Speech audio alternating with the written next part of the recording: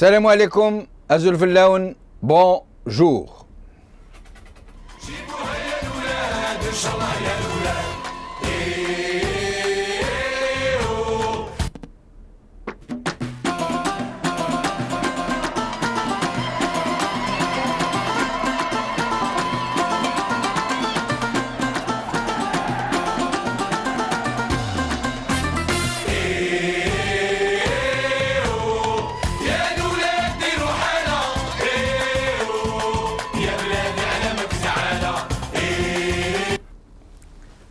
Aujourd'hui, nous allons jouer aux troubles fêtes en ce jour de grande fébrilité en Algérie, où tous nos compatriotes, jusqu'à nos chats, nos chiens et nos moustiques, attendent avec impatience le grand match, le match Algérie-Belgique, le match des Fennecs contre les Diables Rouges. Et justement, à propos de Diables, rien de mieux que le recours officiel et rémunéré de notre exorciste national, le très fameux Belahmar, qui vient récemment de réaliser la plus grande décolonisation de l'histoire de Khenchela. Je suis très sérieux, puisque les journaux et les chaînes de télévision algériens ont rapporté, sans rire, que cet homme a vraiment expulsé 1000 djinns, 1000 jounoun juifs de Khenchela. On se demande pourquoi ces pauvres jounoun ont laissé le club des pins pour aller gonfler le nombre des mal logés dans cette pauvre ville de Khenchela, dont les walis se spécialisent dans les changements de dallage des trottoirs pour faire oublier le milliard de problèmes dont elle souffre. Belahmar veut dire en arabe fils du rouge. Rien de plus indiqué donc de le lâcher contre les Diables Rouges de Belgique. Fallait y penser.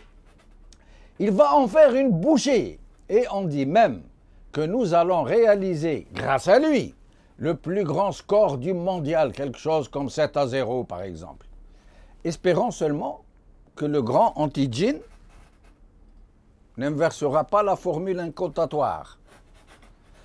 Le problème est que le voyage de ce monsieur, de Si Belahmar, Allah yastarna, allez, on dit dor alena, le voyage de Belahmar relève du secret d'État. Nous avons tenté de joindre toutes nos sources, les plus sérieuses, au sein du staff de l'équipe nationale.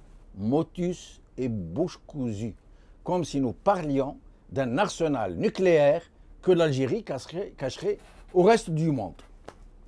Personne ne veut parler du voyage de Belahmar à Belo Horizonte. Je ne plaisante pas, c'est vraiment un secret d'État. Mais on nous a confié, en chuchotant, que l'État algérien a payé le voyage au Brésil pour Belahmar en première classe, installé dans un grand palace, dans une suite, avec des gages conséquents s'il fait passer l'équipe au second tour. Rien que de plus normal, nous chuchotons encore. C'est une pratique tout à fait anodine au sein des plus hauts sommets de l'État, ce n'est un secret pour personne, où ce genre de sahar est sollicité à tout bout de champ, y compris par le président de la République lui-même, dont on dit qu'il est accro aux exorcistes multicolores, Belahmar, Belakhdar, Belasfar. Notre équipe va donc jouer aujourd'hui. Nos villes et nos villages vont se vider de leur population le temps du match. Après cela, ça dépend. Si nous gagnons, ce sera la fête au village, avec pétards, you-you, vocifération de victoire, klaxons et fête de l'indépendance bis repetita. Si nous perdons, le régime pourra se faire du souci, comme à l'habitude, comme à chaque fois que l'équipe nationale perd un match, puisque les Algériens ne manifestent jamais, sauf quand les Verts perdent. Alors là, tout devient possible, y compris des émeutes et des jacqueries, des dévastations et des saccages. Mais 5 dans l'œil du Diable Rouge. Je dis ça pour que ma mère, fervente supportrice d'Al-Khadra, ne pense pas que je manque de patriotisme. Avec nous pour parler de notre équipe nationale, composée majoritairement de binationaux, 16 joueurs sur 23, soit 70%, Ce qui montre à l'évidence que notre système n'est pas capable de former des joueurs de football comme il est incapable de former quoi que ce soit par ailleurs, si ce n'est un pays Potemkin. Mais s'il n'y avait que ça, nous avons dû aussi importer l'entraîneur, des assistants et un nombre impressionnant de spécialistes du staff technique et sanitaire. C'est dire. Voilà donc une équipe nationale pour faire vibrer les foules qui n'est pas moins un juteux fonds de commerce pour un banc de requins et une faune de charognards en tout genre, une équipe qui sert à endormir les foules pendant que les uns et les autres y ont planté leur croc de vampire. Avec nous pour en parler, Omar Betroni, un ancien joueur international.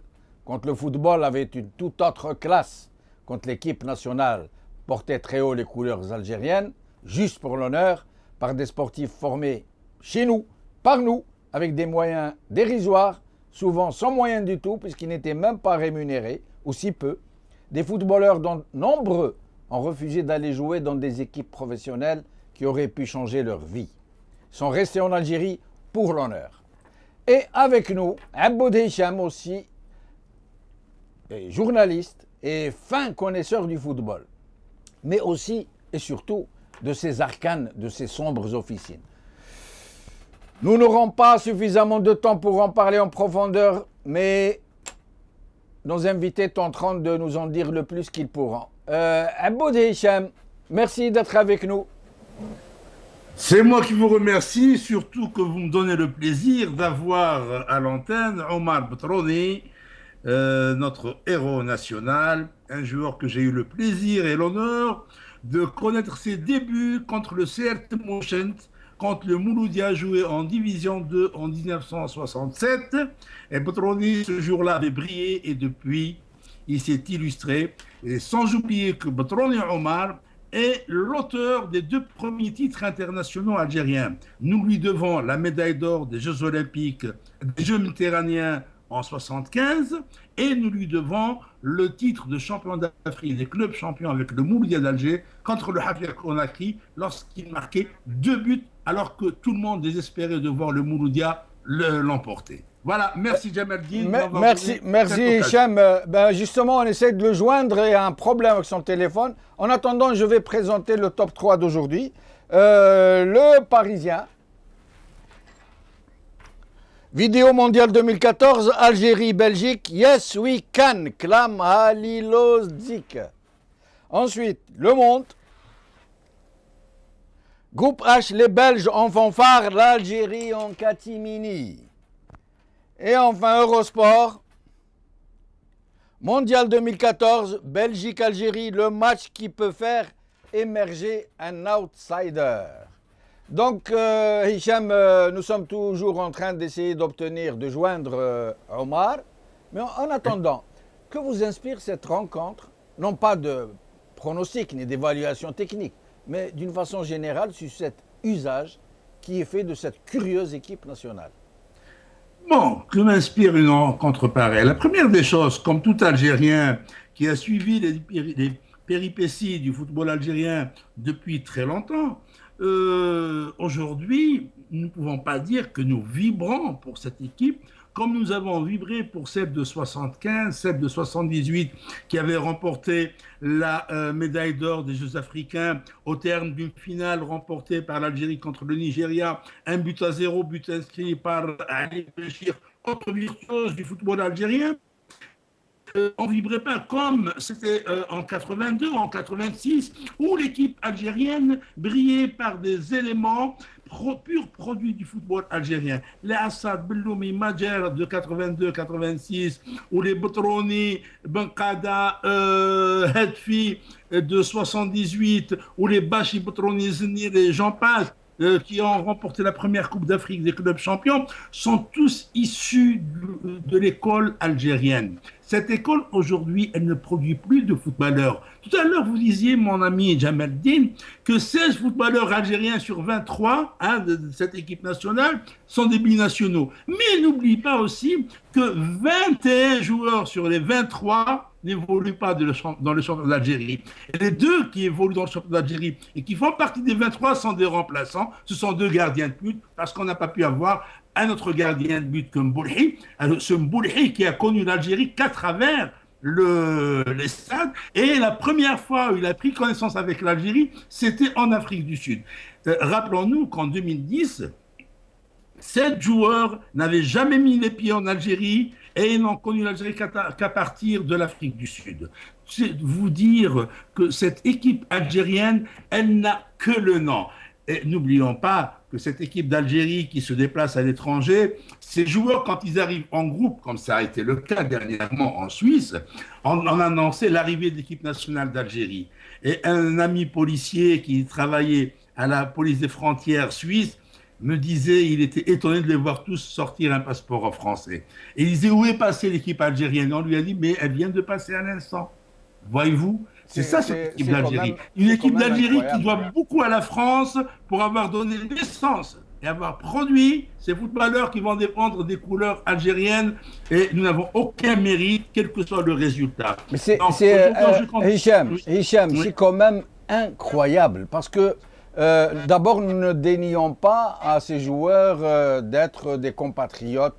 Loin de nous, cette idée. Ce sont des Algériens à part entière. Mais le problème, moi, que je voudrais... Au contraire, nous leur sommes redevables. Oui. Sans eux, nous ne serions pas en Coupe du Monde. Et sans la France, nous ne serions pas en Coupe du Monde. Nous leur sommes reconnaissants parce que nous n'avons rien produit. Mais c'est terrible.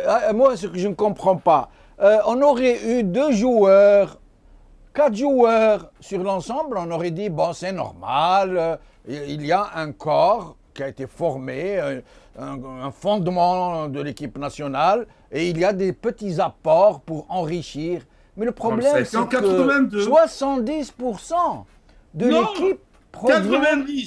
90, parce que, excusez-moi, parce que les Soudanis, Slimani, Halish, qui ont joué dans le championnat d'Algérie, ne doivent leur place aujourd'hui au sein de cette équipe que parce qu'ils se sont perfectionnés en Europe. Oui. Ils ne jouent pas dans le championnat d'Algérie. Donc, plus de 70, 90%, pratiquement 100%, puisque sur les 23, j'ai dit il y a 21 qui évoluent dans le championnat étranger. Oh là là. Alors, justement, Batroni Omar vient de nous rejoindre. Omar, merci de nous avoir rejoints. Allô? Allô, Omar, merci d'être avec nous. Oui, je suis là. Voilà, il y a Aboud Hicham qui était là. On parlait de cette curieuse équipe nationale dont 16 membres sur les 23 ont la double nationalité, ont été formés ailleurs qu'en Algérie. Bien souvent, ne connaissent même pas l'Algérie, ne parlent pas sa langue. On ne dénie pas leur nationalité. Loin de là, ce sont des compatriotes à part entière, mais ça montre toute l'étendue des dégâts d'un régime qui ne sait même pas, qui ne sait même plus laisser les gens se former eux-mêmes. Avant vous, de votre temps, les joueurs se sont formés presque tout seuls dans les rues du quartier. Qu'est-ce que vous en dites, vous, de cette curieuse situation? Tout d'abord, bonsoir. Bonsoir. Je passe le bonjour à Hicham, Aboud. Il vous écoute. Ce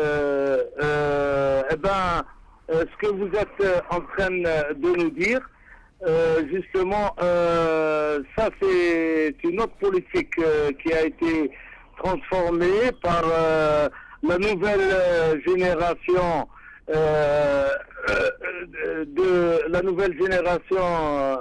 des gens qui sont en train de s'occuper du football. Ça, c'est une nouvelle génération. Et cette génération, ils ont opté pour le business. Ils ont opté carrément pour le business. Et puis, c'est une mafia qui s'est transformée. Voilà, moi je crois que cette politique, elle n'est pas bonne pour notre pays et pour notre football, parce que si aujourd'hui nous avons presque 90% des joueurs de l'étranger, donc je ne sais pas ce qu'on va faire avec nos joueurs en Algérie. Voilà. Omar, Omar. C'est ma pensée. Omar. Et je regrette que notre football est tombé aussi bas à cause des gens qui ne voient pas l'intérêt de l'Algérie et l'intérêt du joueur algérien. Mais Omar Batroni, Omar, est-ce que vous m'entendez, Omar? On est en train de faire de l'importation. Omar, est-ce que vous m'entendez, Omar? Omar, le problème, nous, on savait qu'ils nous importaient ce qu'on mangeait, ils nous importaient ce qu'on porte sur soi, ils nous importent le matériel avec quoi ils construisent nos maisons, avec quoi ils font nos routes, ils importent nos voitures, ils importent tout. Ils importent tout. Même le pain, si on le décortique un peu, ils nous l'importent en fait. Mais nous importer des joueurs de football pour représenter les couleurs nationales, là, ça vraiment, et personne ne s'en rend compte en fait. Parmi nos supporters, parmi nos foules qui sont carrément pamoisants devant cette équipe, personne ne se rend compte qu'ils ont tout importé, y compris le staff technique, y compris l'entraîneur, tout. Oui, j'ai compris. Vous savez, aujourd'hui, c'est vrai, aujourd'hui, il y a des entraîneurs, quand on ramène des entraîneurs étrangers, pour moi, si on emmène des entraîneurs étrangers, c'est pour élever le niveau des joueurs au niveau d'Alger. Moi, je crois que c'est comme ça. Exactement. Ma pensée, ça a été comme ça. Aujourd'hui, on ramène n'importe qui. On ramène n'importe qui comme entraîneur. Je ne sais pas, on fait n'importe quoi et on voit pas que notre football est notre sport. Hein. Il n'y a pas que le football, même dans d'autres disciplines. Je crois que là, on se rend pas compte qu'on est en train de détruire complètement le sport en Algérie et le football en Algérie. Là, on avait mis le haut là. Au départ, on avait mis le haut là. Quand il y avait la première Coupe du Monde en 82 à Gijón, quand on a été à Gijón, on s'est dit peut-être que ça y est, les responsables vont réfléchir et vont commencer à construire des écoles de football pour nos jeunes, parce que vous savez très très bien qu'on a plein de talents, des petits jeunes, et qui n'ont pas où se produire, ils n'ont pas où aller pour se former. Oui. On a attendu, il n'y a eu rien du tout. Ensuite, il y a eu la deuxième Coupe du Monde en 86. Nous avons attendu aussi, et il n'y a rien eu. La troisième, en Afrique du Sud, également. Et là maintenant, la quatrième, moi je ne sais pas pourquoi, on va en Coupe du Monde et on n'est pas représenté par des joueurs algériens. Voilà. Restez avec nous, Omar. Rien compris. Ou alors il y a des gens qui ne veulent pas que le football en Algérie, qu'il y ait des footballeurs en Algérie, ou alors je ne sais pas, moi je n'ai rien compris jusqu'à ce jour. Restez avec nous, Omar. Hicham, si on parlait un peu de ce côté corruption dont vous aviez parlé à un certain moment sur votre journal avant qu'il ne soit fermé. D'abord, avant de parler de ce sujet, puisque tout à l'heure Omar ne m'entendait pas, je profite de l'occasion pour le saluer et dire que moi j'ai toujours été un fan de Omar. J'ai aimé le football à travers Omar Batroni et comme je l'ai dit tout à l'heure, j'ai eu le plaisir, l'honneur de suivre ses débuts contre le Celtic Motion jusqu'à la fin de sa carrière. Je dois dire, parce que vous aviez dit tout à l'heure qu'on nous importe tout, maintenant y compris les joueurs.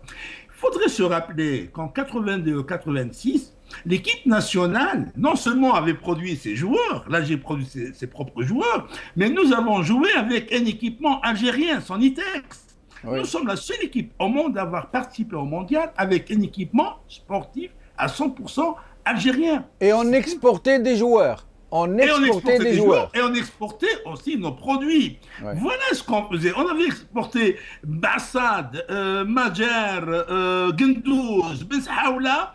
Et Batrouni, on aurait pu l'exporter, sauf qu'à l'époque, Boumdine Allah yarhamou, il disait que Batrouni, c'était un patrimoine national. Exactement, exactement. Et l'AC Milan, en 72, lors de l'inauguration du stade du 5 juillet, Riviera, qui est une virtuose du football italien, suppliait son club pour qu'il recrute Batrouni. Mais il y avait un veto de Houari Boumdine en personne, Allah yarhamou, et ça a été la même chose pour Ali Benchir, quand il allait signer au FC Nantes. Et il a été ramené manu militari en Algérie et on l'a dit, toi, tu n'es pas exportable. Voilà ce qu'on produit. Patrimoine. Voilà. Donc maintenant, cette parenthèse fermée, je reviens au sujet de la corruption. Vous savez, la corruption est aujourd'hui érigée en système. C'est un système de gouvernance, c'est un système de gestion, c'est un système de mode de vie. Aujourd'hui, moi je prends juste un exemple de l'Olympique de Marseille qui avait remporté la première Coupe d'Europe des clubs champions de l'histoire contemporaine. Cette équipe, dès qu'il y a eu une petite affaire de corruption pour un match de rien du tout, c'est juste pour épargner les joueurs du club de Marseille de blessures, eh bien cette équipe a rétrogradé, son président a été en prison. Et ça a fait couler beaucoup d'encre et de salive. En Algérie, des gens viennent à la télévision, dans les journaux, des présidents, des gens disent « j'ai acheté tel match, mon président a acheté tel match, nous avons donné tel truc ». Il n'y a pas la moindre information judiciaire ouverte. Je ne parle pas d'enquête. Oui. Pas d'information judiciaire, ce qu'il y a de plus simple. Il n'y a pas la moindre réaction des pouvoirs publics. Pourquoi ? Parce que ces pouvoirs publics eux-mêmes tiennent le pays par la corruption. Quand on voit que la campagne présidentielle du 17 avril a été axée sur la corruption, on a habitué le peuple à le corrompre. Qu'est-ce qu'on y a dans une campagne électorale? Au lieu de parler de programme, on parle de promesses. On vous donnera ceci, on vous donnera cela. C'est-à-dire qu'on va vous corrompre. Et en fait, le régime... Le peuple qui aura droit Hicham, en fait, le régime a ouvert un grand boulevard d'affairisme, de traficotage en tout genre pour les grands patrons du football, tout le monde, ceux que vous avez dénoncés dans votre journal. En fait, c'est pour drainer les foules de supporters vers les bureaux de vote, si j'ai bien compris. Vous savez, Omar Batrouni vient de dire à l'instant, on a opté pour le business. Les gens on fait du football un business. Si au moins c'était un business propre, comme il est en Europe, parce qu'il y a du business en Europe. Mais nous, on ne fait pas ça. Nous, le business, c'est la corruption. Business est devenu... vous savez, le business, c'est énorme. Oui, c'est synonyme de corruption. Non. Quand tu dis à quelqu'un qui fait du business, ça veut dire qu'il fait dans la corruption, qu'il fait dans quelque chose de malsain. Oui. Et aujourd'hui, quand on voit que le président de l'équipe de la Fédération algérienne de football recrute des joueurs et va parler aux joueurs en termes d'argent, pour motiver, on leur parle l'argent. Or, moi je dis, Batrouni est là pour témoigner. Or, quand le Moulia avait remporté la Coupe d'Afrique des clubs champions, ils n'ont rien eu. Quand ils ont remporté la médaille d'or des Jeux africains, qui était à l'époque un titre qui vaut son pesant d'or, ils ont eu un frigidaire ou un téléviseur. Et aux Jeux méditerranéens, ils ont obtenu 2000 dinars dans le livret d'épargne. On ne leur a jamais parlé d'argent. On leur a parlé de drapeau. Autre temps, autre mœurs. Restez avec nous, Hicham Aboud. Omar Batrouni, vous avez entendu parler de cette histoire de ce fameux Belahmar qui aurait été envoyé en VIP, very important person, en secret. Il semble que, si ça se confirme, que c'est le secret le plus total, qu'il aurait été logé dans un palace brésilien et qu'il aurait été envoyé là-bas pour faire passer l'Algérie au deuxième tour. Vous avez entendu parler de ça? Non. Écoutez, on s'en fout. Moi, je m'en fous de ça. Ça, c'est de la rigolade. Ça, c'est ce qui paraît. C'est un imam de Stawadi qui a été dépêché avec l'équipe et tout, avec le staff de l'Algérie. On soutient à Belahmar. Moi, ce que ce que je voudrais vous dire. Oui. Allô? Oui, oui, Moi, je ce vous que écoute. voudrais vous dire. Je vous écoute. Vous savez, il y a eu une mafia qui a été organisée et qu'ils ont trouvé un moyen comment pour se faire pour s'enrichir. Hein, c'est le professionnalisme. Alors ils mettent la charrue avant les bœufs. Oui. Le professionnalisme, vous savez très bien, on leur a dit, et j'ai discuté avec le Premier ministre qui a voulu lancer ça, je lui ai dit que vous allez droit vers le mur. On ne peut pas faire de professionnalisme si on n'a pas un cahier de charge. Il faut avoir les infrastructures pour le professionnalisme. C'est ce qu'on avait dit. Alors donc, ils ont voulu essayer avec une complicité de certains. Et voilà, aujourd'hui, on nous retrouvons. La Fédération algérienne de football a complètement détruit le football en Algérie. Elle a détruit le championnat en Algérie. Il n'a plus de niveau. Et c'est pour cela que nous n'avons plus de joueurs. Et il n'y a plus de joueurs. Je vais vous donner un exemple. Aujourd'hui, je vais vous donner un exemple frappant. Aujourd'hui, il y a un entraîneur qui vient, il dégage 8 joueurs d'un club d'un seul coup, il ramène ses joueurs, et puis il y a les 6 joueurs. Aujourd'hui, vous allez rire, si je veux dire. Alors les 6 joueurs, ils sont encore sous contrat. Ils sont encore, alors ils se ramènent au stade. Alors il y a le groupe de l'entraîneur qui s'entraîne et les autres ils s'entraînent tout seuls. Il leur a dit j'en veux pas de ces joueurs et ces joueurs ils ont un problème, ils sont sous contrat. Alors comment qu'ils doivent faire? Hallucinant.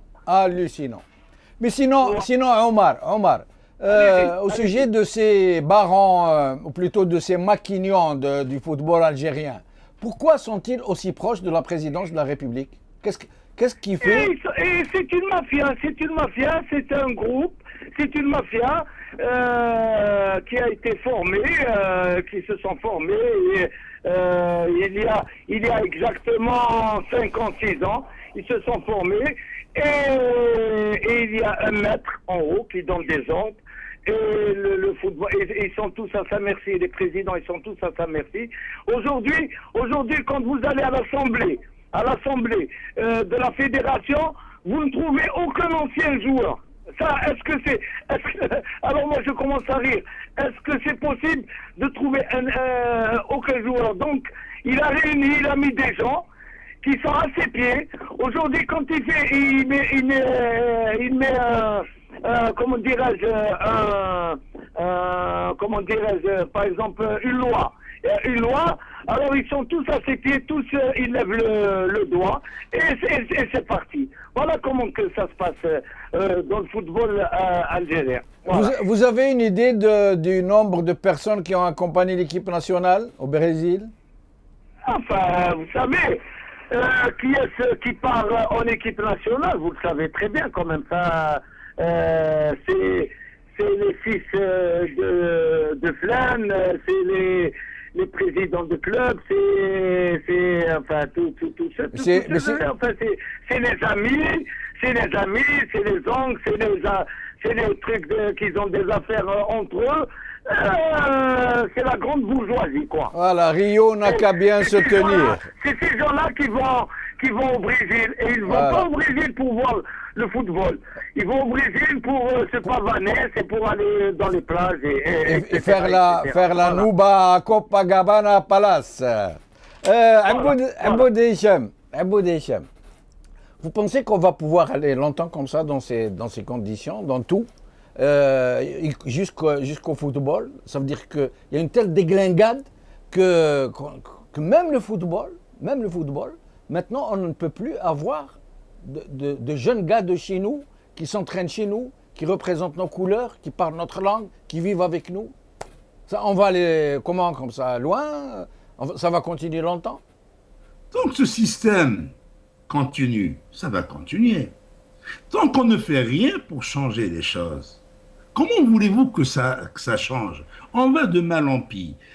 Vous imaginez-vous qu'une icône du football, comme Omar Betroni, comme Salah Assad, comme Rabah Majer, hein, comme Gendouzi, ces gens ne font même pas partie de l'Assemblée générale de la FAF, la Fédération de football.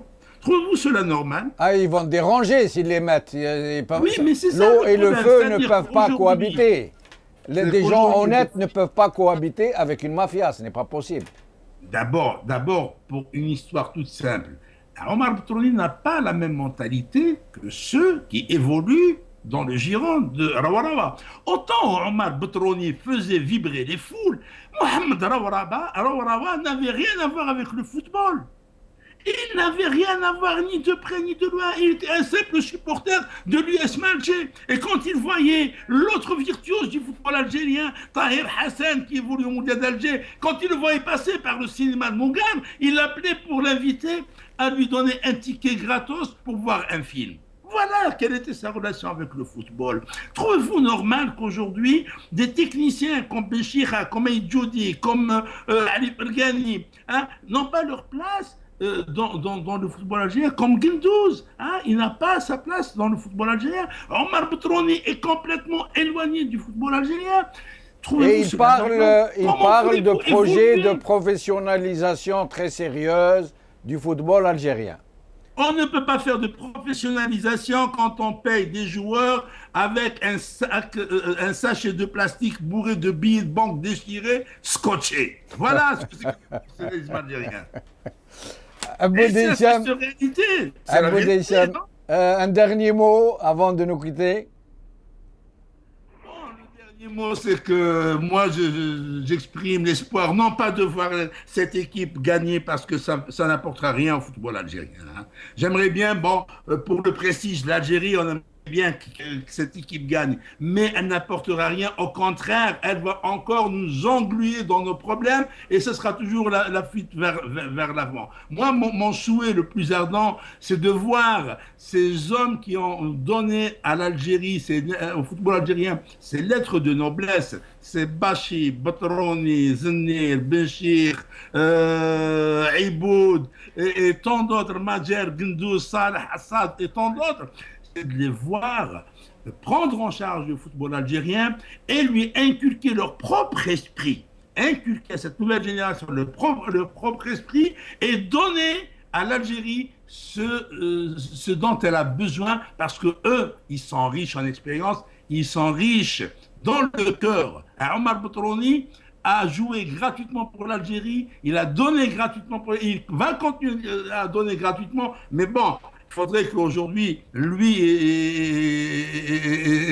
et ses collègues puissent aussi tirer bénéfice. Quand je vois que Zinedine Zidane, qui n'a rien donné à l'Algérie, a eu la médaille de l'ordre du mérite national des mains de Bouteflika, alors que Betroni, qui nous a ramené le premier titre international, puis le deuxième titre international, qui a brillé en dehors des stades algériens, ils n'ont jamais eu de reconnaissance de la part de l'État algérien. Hicham Aboud, merci beaucoup, en espérant vous revoir bientôt sur cette chaîne.